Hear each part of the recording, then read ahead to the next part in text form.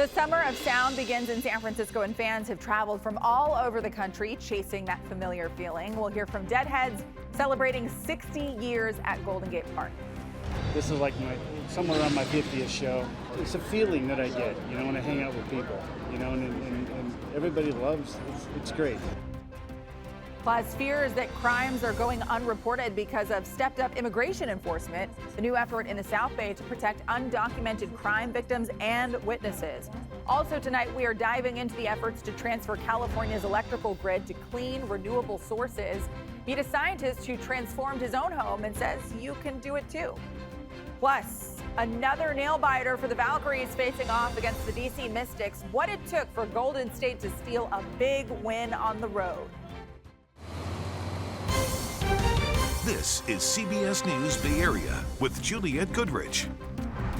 Hello and good afternoon. I'm Sarah Donchie in tonight for Juliette. It is a big weekend of music about to kick off in San Francisco.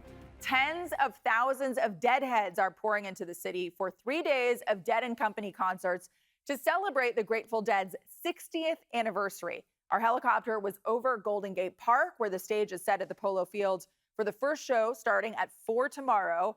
There's already a lot of tie-dye around the city, as you might imagine, with Grateful Dead fans lining up to get their hands on merch. Lauren Toms talked to Deadheads, getting an early start on the celebrations. The band called the Grateful Dead have announced they will make music in the park.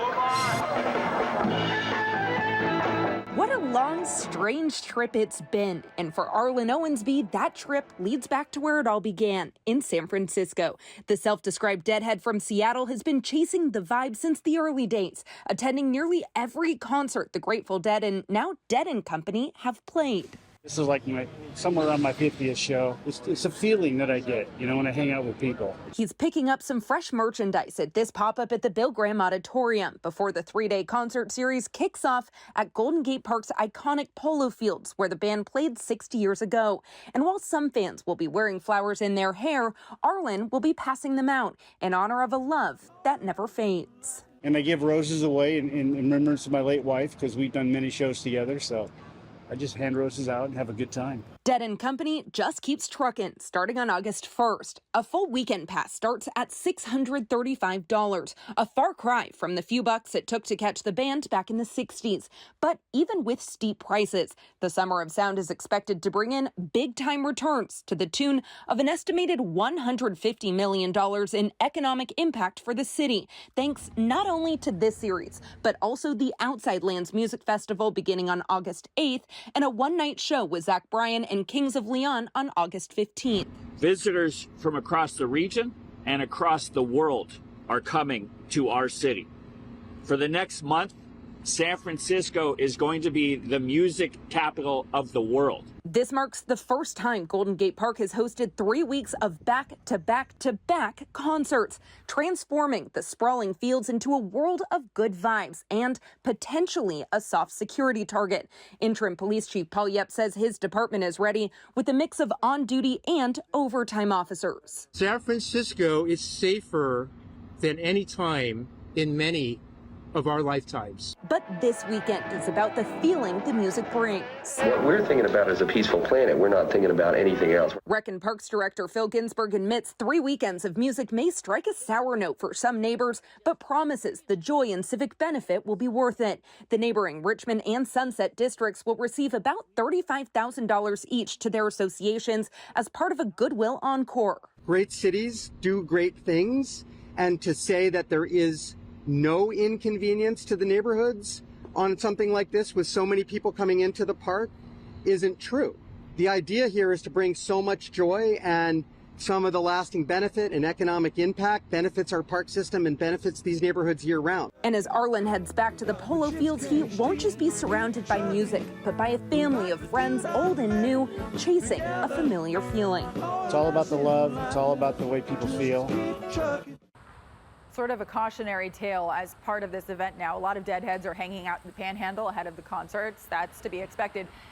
The city's Parks and Rec department, though, tells us that rangers have noticed an increase in people from out of town who are car camping on Fell Street, right there on the Panhandle. Rec and Park says it is letting people know that that is not allowed. It is up to SFMTA to issue citations, which they have been doing aggressively lately. We have reached out to them to comment on that particular issue. Now, a developing story in Belmont where a police investigation shut down Twin Pines Park today, just off of Ralston Avenue. Our helicopter was over that police staging area where the activity was focused on the playground and the picnic area. Police were not saying much about this, but we did get a hold of the coroner's report, which confirms Native American remains were found in the park. A representative with Tamian Nation says it's believed the remains belong to a member of their tribe. The park reopened around 4:30 this afternoon. A man is facing charges suspected of using a bomb to access, then steal from an ATM at a San Ramon Target. Nobody was hurt, but the store on Bishop Drive was damaged back on July 20th. Now authorities have arrested Diego Arellano Diaz. They say he's part of a Chilean robbery crew known as the South American Theft Group, who have hit more than 29 banks and credit unions throughout California, Oregon, and Washington, and have made off with more than $4 million. Prosecutors say they would wear construction crew disguises and use blowtorches, cell phone jammers, and other elaborate tactics to break in and steal from ATMs. If convicted, Arellano Diaz faces up to 25 years in prison. Today, South Bay leaders threw their support behind a congressional bill to expand protections for undocumented immigrants who are victims or witnesses to crimes. Len Ramirez is in San Jose with why they say the bill is necessary for public safety now more than ever. Well, law enforcement here in Santa Clara County say they are starting to see a drop off in certain crimes, not necessarily because crime is down, but because certain people, especially those in the immigrant community, are afraid to report crimes, or even if they're a victim of crime, because they're afraid of being deported. And so today, a wide coalition of leaders here in Santa Clara County came together to support an effort to push for more protective visas for the immigrant population so they will no longer be afraid to cooperate with police.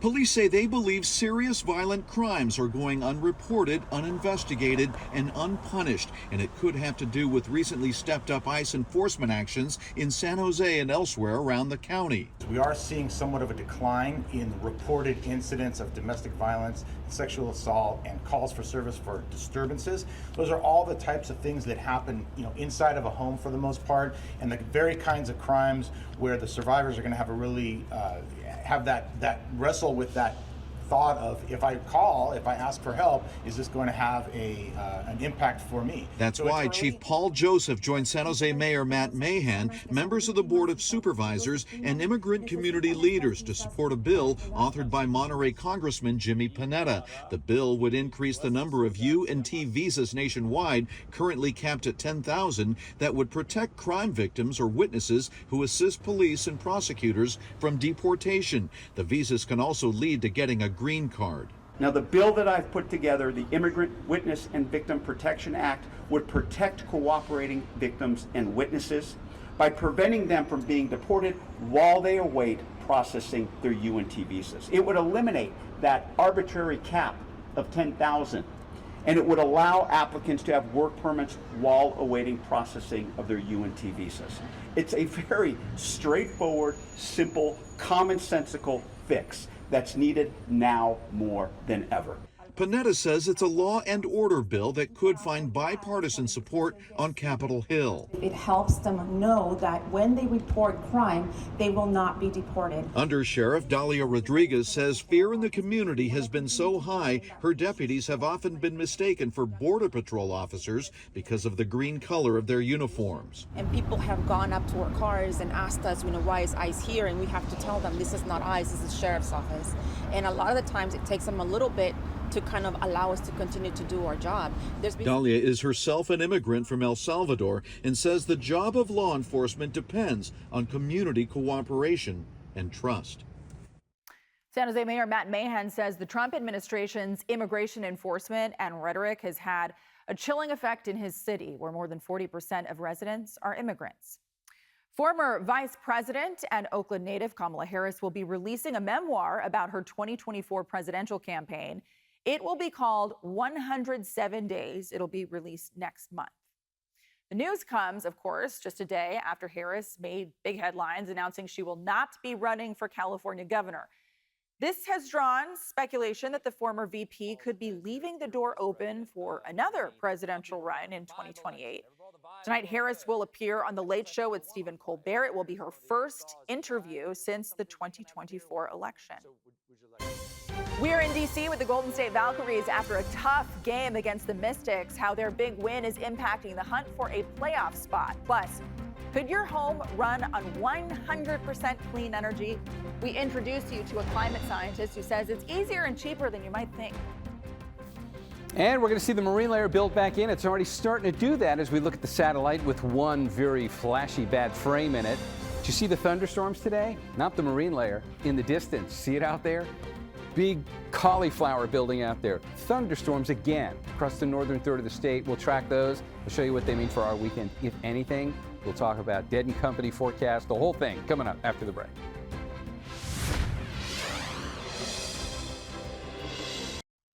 Valkyries are showing some toughness on the road. Another nail-biter ended in a big win. Our Matt Lively is in D.C. with the win that went down to the wire.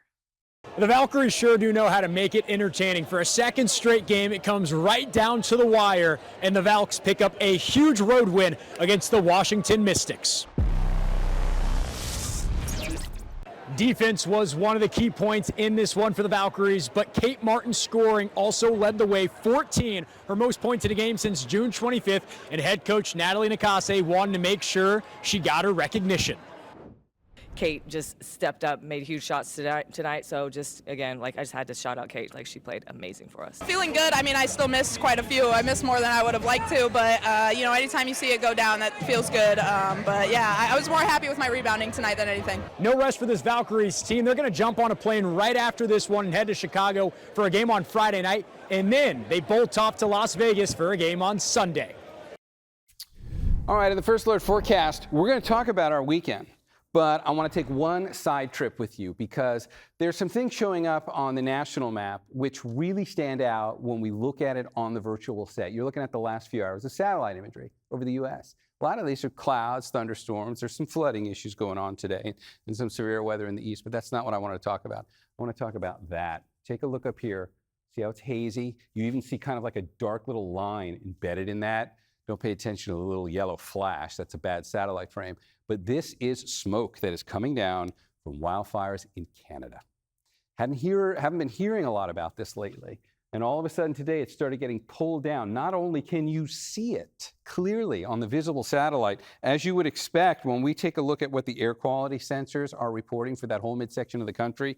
Come in for a close-up look at this. Everywhere we were just looking, all the smoke we were looking at was coming down through here. You can kind of see that behind me over there. When you look at it from air quality sensors, there is a large swath right through virtually the entire state of Minnesota, and then working your way through Illinois, right into Chicago. Boy, Chicago's got some pretty bad air quality. Any red dot on there, that's air quality that has gone past unhealthy for sensitive groups, and it is just flat out unhealthy. Big section of the Midwest tonight dealing with that. We are not done with that story. Goes away for a time, but then it comes back. Thankfully, here at home, we have not been dealing with much of this. If we take a look at the visualization on where that smoke's going to be transported over the next few days, it's just going to kind of hang out here. It's a high-resolution forecast showing you how smoke's going to be transported through the atmosphere. That went all the way into Saturday. So through tomorrow and into Saturday, they're going to be dealing with it. If you got friends or family there, or if you've got to travel, just a little heads up on that. All right, let's come back home. Here's our story. Watch the last few hours of satellite on here. The marine layer just looks so cool from this vantage point as it continues to slosh its way in and out of the bay. You're watching the last 8 hours. Comes in a little, gets pushed out a little. It is about to overtake much of the bay tonight. Let me just show you where it was this morning. I'll give you an idea on where it's going to be tomorrow morning. This is 9 a.m. today. It should be pretty similar to this tomorrow. Notice what's different? It's not getting all the way over here. We're not seeing it fill into the Tri-Valley. So you probably wake up and you've got clear skies to start your day there tomorrow. Speaking of which, here's how tomorrow's going to feel. These are your daytime highs. Numbers are a little warmer, maybe by about a degree or two from where you were. Nothing major, but the temperatures are going up just a little bit from where they were. It's a subtle difference from what we had today, but on a technicality, temperatures will be just a little bit warmer tomorrow. But watch what happens on Saturday. Let's transition those numbers now. Colors are a little bit deeper red, and now we're looking at numbers that go to low 90s out here. So we will see Antioch make it up to about 90 for the daytime high. And the temperatures are going to go a little higher from here. towards the end of the 7-day forecast. This is not like it's unbearable heat, but what it is it's a return to average, and we haven't really had to do a whole lot of average over the course of this summer. And not to mention, when we go a little above average, look at the forecast for the inland microclimates. Your numbers here are going to the low 90s by the time we get back towards, that would be the middle and late part of next week when it starts to get pretty warm back there. And just to round out the 7-day forecast, to show you what's going to look and feel like for the Bay, you don't notice as much a change here. Temperatures are not really going to go up a whole lot more. You'll keep the rain layer around in the mornings, though. All right, Sarah, back to you. I guess I'm heading inland, Darren. Thank you so much. Still ahead, California moving full speed ahead to meet its clean energy goals. A climate scientist who's leading the charge takes us inside his all-electric home, and he shows us how he pulled it off. And new life for a unique Marin County landmark, plans to transform it into a world-class art museum.